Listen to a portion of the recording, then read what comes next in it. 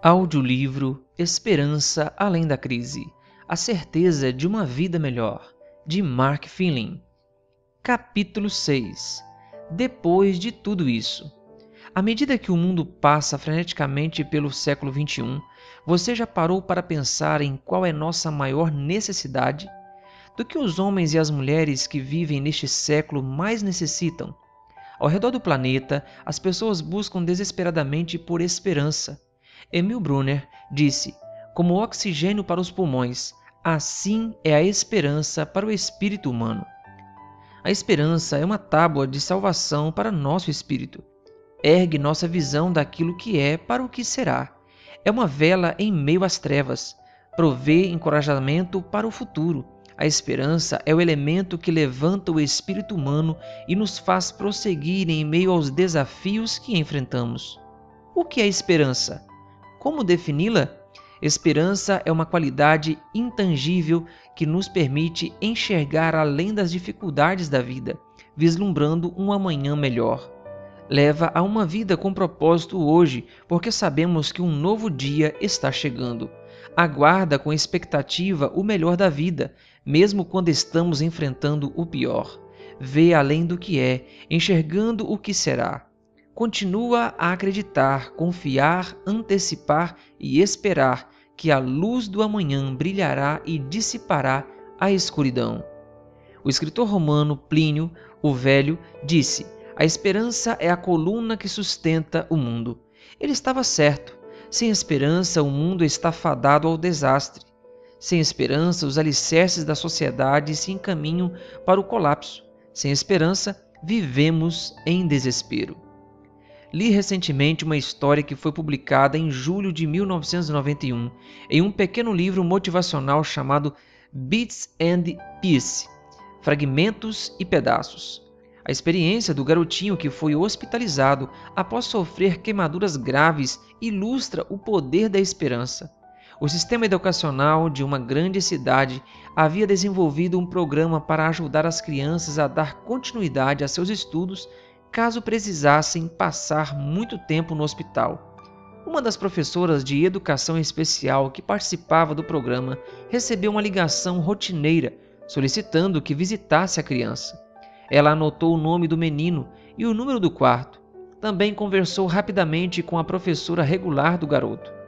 Estamos estudando os substantivos e advérbios com a turma agora, então ficarei grata se você conseguir ajudá-lo a entender essas classes gramaticais, para que ele não fique muito defasado.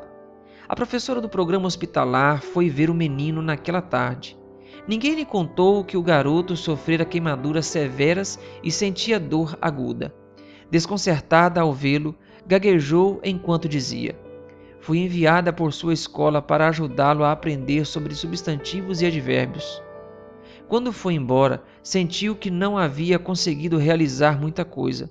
No dia seguinte, uma enfermeira lhe perguntou: o que você fez com aquele menino? A professora achou que tivesse feito algo errado e começou a pedir desculpas. Não, disse a enfermeira. Acho que você não entendeu o que eu quis dizer. Estávamos preocupados com aquele garotinho, mas, desde ontem, toda a atitude dele mudou. Está lutando pela vida, reagindo ao tratamento. É como se tivesse decidido sobreviver. 2 semanas depois, o garoto explicou que havia desistido completamente de ter esperança até a visita da professora, mas tudo mudou com uma simples constatação. Ele a exprimiu da seguinte maneira: eles não mandariam uma professora ensinar sobre substantivos e advérbios para um menino que fosse morrer, não é mesmo? Tudo que aquele garoto gravemente queimado necessitava, acima de qualquer outra coisa, era de esperança. A esperança nos motiva poderosamente. Pinta o futuro em cores brilhantes, não em sombras obscuras. Redescubra a esperança. Em um mundo que parece descontrolado, como podemos redescobrir a esperança? Em um mundo que parece tão incerto, como podemos ter esperança novamente? Em um mundo devastado por tsunamis, terremotos, tornados, furacões, pestes e pandemias, existe algo no qual basear nossa esperança? A pandemia recente do coronavírus teve consequências catastróficas. Pessoas do mundo inteiro foram infectadas, inúmeras morreram. A economia mundial foi abalada. Os índices de desemprego subiram vertiginosamente. Nossa vida mudou para sempre. Onde podemos encontrar esperança? Como podemos ver além de nossas provações presentes e enxergar um futuro mais brilhante? Milhões encontraram esperança, conforto e paz no conhecimento e relacionamento pessoal com Deus por meio do estudo de Sua palavra. Descobriram um Deus que os ama mais do que poderiam imaginar e que os fortalece diante dos desafios de hoje e das provações de amanhã com coragem extraordinária. Ele é o Deus da esperança. Em um momento de desespero, o salmista Davi declarou: "Pois tu és a minha esperança, Senhor Deus." Salmos 71, versículo 5. A esperança começou para Davi no mesmo lugar em que começa para todos nós. Começou com a crença de que há um Deus no céu maior que seus problemas, maior que suas dificuldades e maior que qualquer desafio que se possa enfrentar. Sem conhecer o Deus que cuida de nós, entende nossa dor, cura nossas feridas e um dia derrotará todos os poderes do mal, somos deixados sem esperança para enfrentar sozinhos os desafios da vida. É esse reconhecimento da presença de Deus, de seu amor incondicional e cuidado constante, que enche nosso coração de esperança. O livro da esperança. A Bíblia é um livro que transborda a esperança. Suas histórias falam de pessoas como você e eu. Às vezes, eram fortes e realizavam feitos poderosos para Deus. Em outras ocasiões, eram fracas e falhavam miseravelmente. Em todos esses casos, porém, Deus estava presente a fim de lhes dar esperança para enfrentar o amanhã. A palavra esperança é usada mais de 125 vezes na Bíblia. O apóstolo Paulo, que passou por muitas situações desafiadoras, a usou mais de 40 vezes. Ele foi surrado, apedrejado, preso e sofreu naufrágio. Mesmo assim, vivia cheio de esperança. Quando escreveu a seus amigos que moravam em Roma, declarou: "E o Deus da esperança encha vocês de toda alegria e paz na fé que vocês têm, para que sejam ricos de esperança no poder do Espírito Santo." Romanos 15, versículo 13. Ao depositar nossa esperança em Deus, que é maior do que qualquer problema, nosso coração transborda de alegria e paz na fé. A certeza de que há um Deus que nos ama além do que somos capazes de entender nos enche de esperança. Não existe circunstância em nossa vida para a qual Deus não esteja preparado. A esperança que não decepciona. Em Cristo existe esperança. Não há desafio maior do que a esperança em Deus. O Cristo que nos criou e se importa conosco foi além e nos redimiu. Somos dele 2 vezes. Quando os seres que ele criou com perfeição se rebelaram contra a sua vontade no Jardim do Éden, o amor encontrou uma saída. A esperança para a raça de Adão. Jesus é o Cordeiro que foi morto desde a criação do mundo. Apocalipse capítulo 13, versículo 8. O plano divino da salvação ecoou por todo o universo. O Filho de Deus, Jesus Cristo, deixou o céu e veio para este planeta rebelde, a fim de revelar o amor de Deus pelos mundos incontáveis e satisfazer a demanda por justiça. No ponto em que Adão falhou, Jesus teve êxito. Em sua vida e morte, ele revelou o amor do Pai, cumpriu as demandas da lei e resistiu às tentações mais terríveis de Satanás. Levou a vida perfeita que deveríamos ter vivido e sofreu a morte que merecíamos. Sabemos que o salário do pecado é a morte, mas o dom gratuito de Deus é a vida eterna em Cristo Jesus, nosso Senhor. Romanos 6, versículo 23. Graça, perdão e misericórdia fluem de seu coração de amor infinito. Há esperança em Cristo. Nele temos a convicção de que nossos pecados não são grandes demais para ser perdoados. Temos esperança de que nossas tentações não são grandes demais para ser vencidas, de que nossos desafios não são grandes demais para ser superados e de que nosso amanhã será bem melhor que o presente. Cristo nos oferece muito mais do que a garantia de estar conosco hoje. A esperança que Ele oferece enxerga além deste mundo e vislumbra o porvir. É a esperança de sua breve volta. O apóstolo Paulo faz uma linda mescla entre a primeira vinda de Cristo para nos redimir e a segunda, para nos levar para casa. Em uma carta encorajadora para seu jovem amigo Tito, o apóstolo declara que estava aguardando a bendita esperança e a manifestação da glória do nosso grande Deus e Salvador Jesus Cristo. Ele deu a si mesmo por nós, a fim de nos redimir de toda iniquidade e purificar para si mesmo um povo exclusivamente seu, dedicado à prática de boas obras. Tito 2, versículos 13 e 14. Jesus veio a primeira vez para revelar o amor do Pai e conquistar o direito legal de nos redimir, e virá a segunda vez a fim de buscar aqueles que comprou com seu sacrifício. Essa é a esperança que transforma nossa vida. Um dia seremos libertos desse campo de concentração de pecado e sofrimento. Exclamaremos: Ele chegou! Ele chegou! A Bíblia está repleta com a melhor de todas as esperanças, a esperança do retorno de nosso Senhor. Em mais de 1.500 ocorrências, a Bíblia fala sobre a volta de Cristo. Ela é enfatizada em 1 a cada 25 versos do Novo Testamento. Para cada profecia sobre a primeira vinda de Cristo no Antigo Testamento, existem 8 destacando a segunda vinda de Cristo ou seu retorno em glória.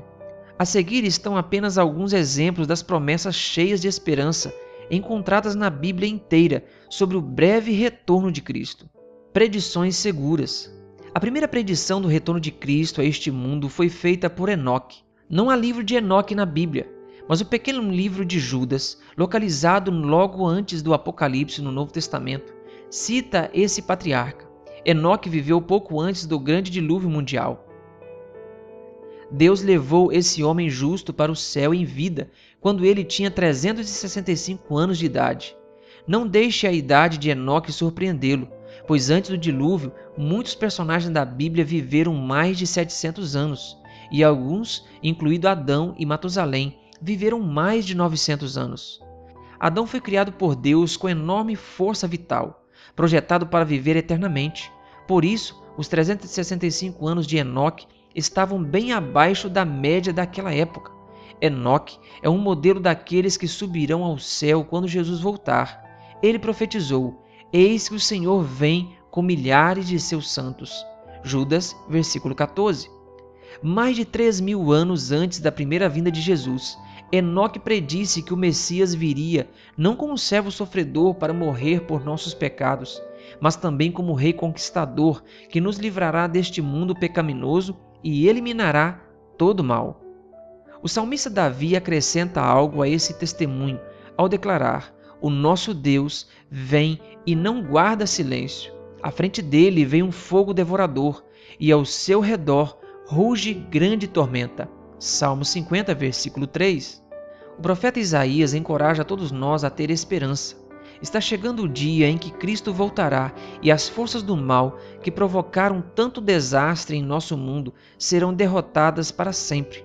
Em Isaías 35, o profeta declara: Digam aos desalentados de coração: Sejam fortes, não tenham medo. Eis aí está o Deus de vocês. A vingança vem, a retribuição de Deus. Ele vem para salvar vocês. Versículo 4. Os profetas da Bíblia viviam com esperança, não com desespero. Enxergavam além dos desafios, das provações e das dificuldades que enfrentavam na vida, vislumbrando um amanhã novinho em folha. Com iluminação profética e visão divina, adentravam o futuro.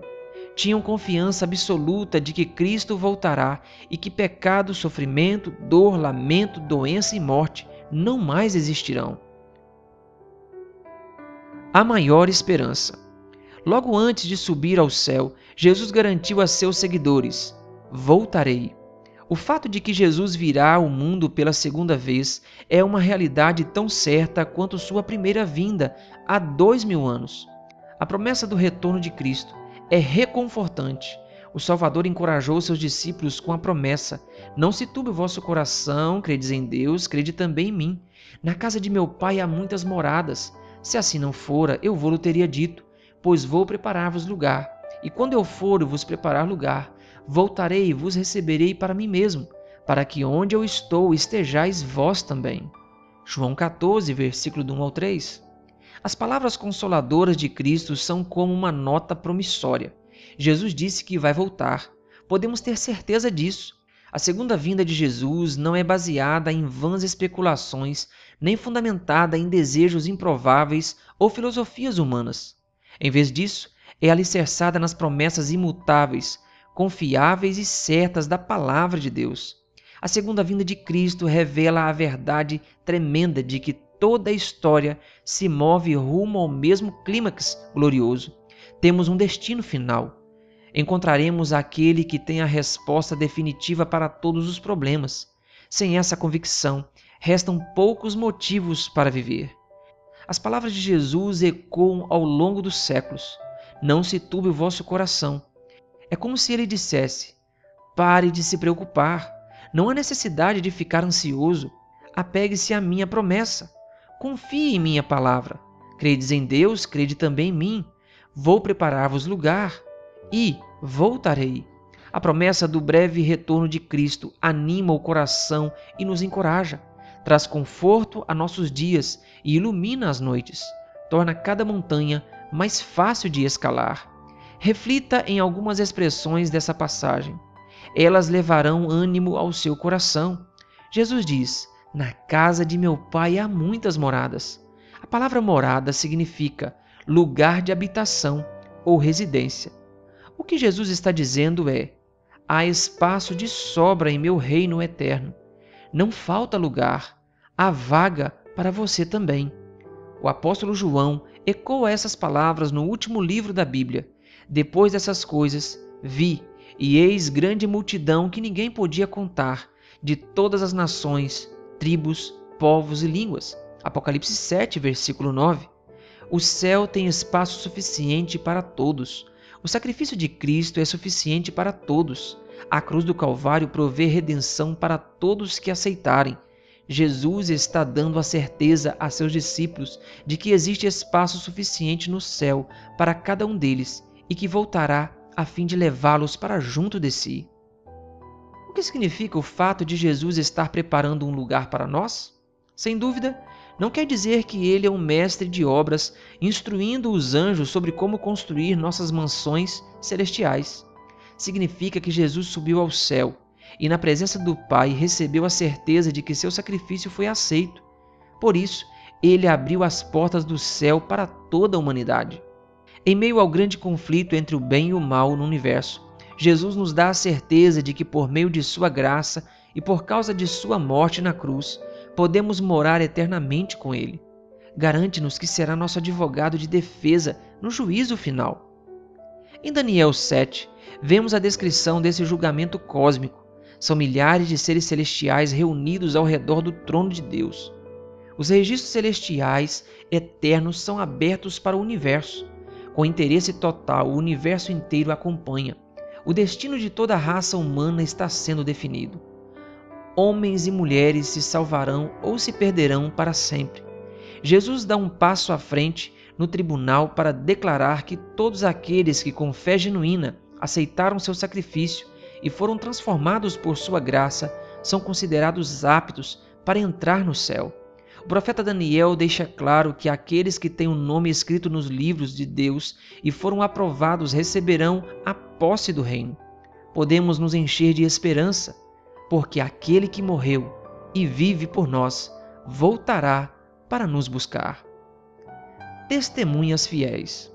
Reflita na morte dos apóstolos. É comum a crença de que cada um deles sofreu a morte como Marte, com exceção de João.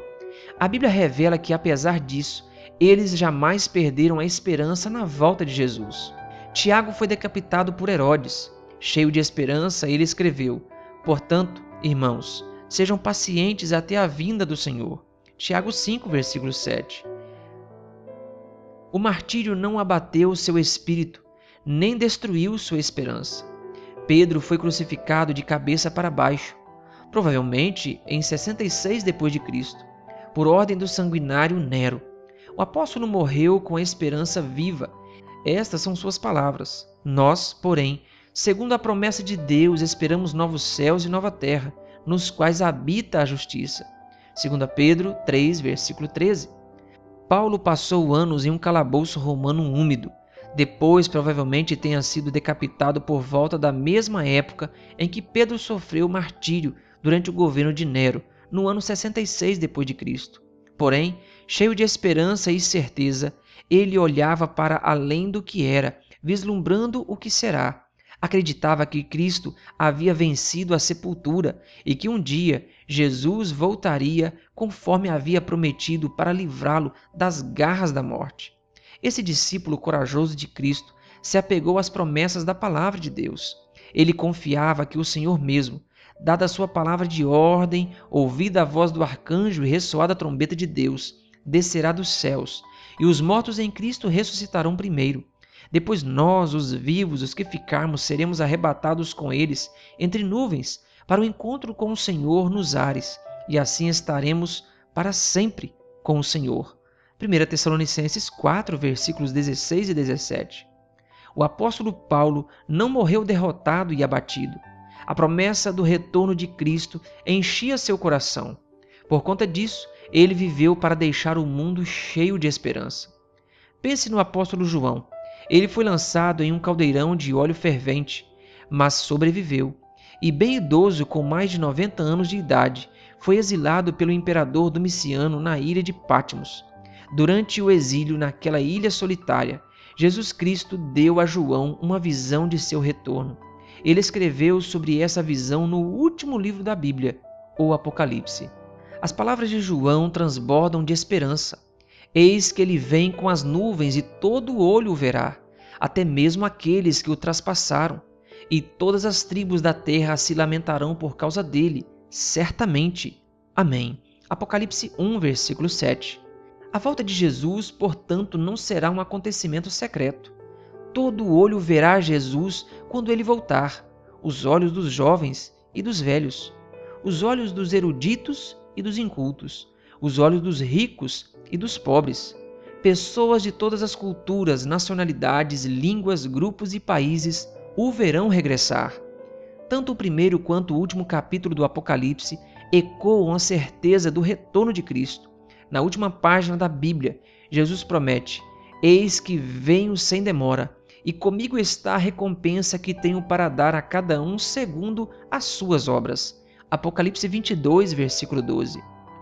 Com exceção de João, todos os discípulos morreram como mártires, porém se alegraram em seus sofrimentos. Foram fiéis em meio a circunstâncias extraordinariamente desafiadoras.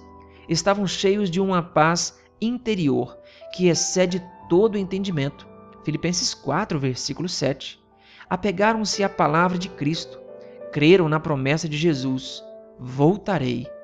A mensagem dos anjos durante a ascensão de Cristo ecoava em seus ouvidos. Depois de ter dito isso, Jesus foi elevado às alturas à vista deles, e uma nuvem o encobriu dos seus olhos.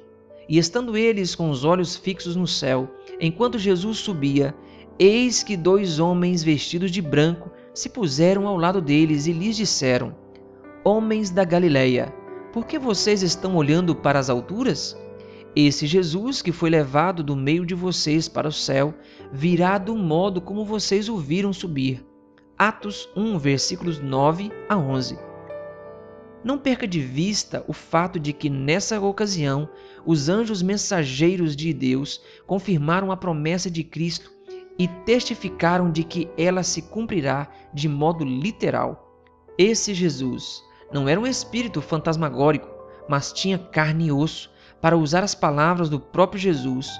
Lucas 24, versículo 39. Ele virá de modo como o viram subir ao céu. A ascensão de Jesus foi um evento real e literal. Seu retorno será, mais uma vez, um evento absolutamente real e literal. Logo ele virá, a fim de nos levar para casa. Cada desafio que você enfrenta e cada dificuldade que vivencia logo terminarão. Apegue-se à promessa da breve volta de Jesus.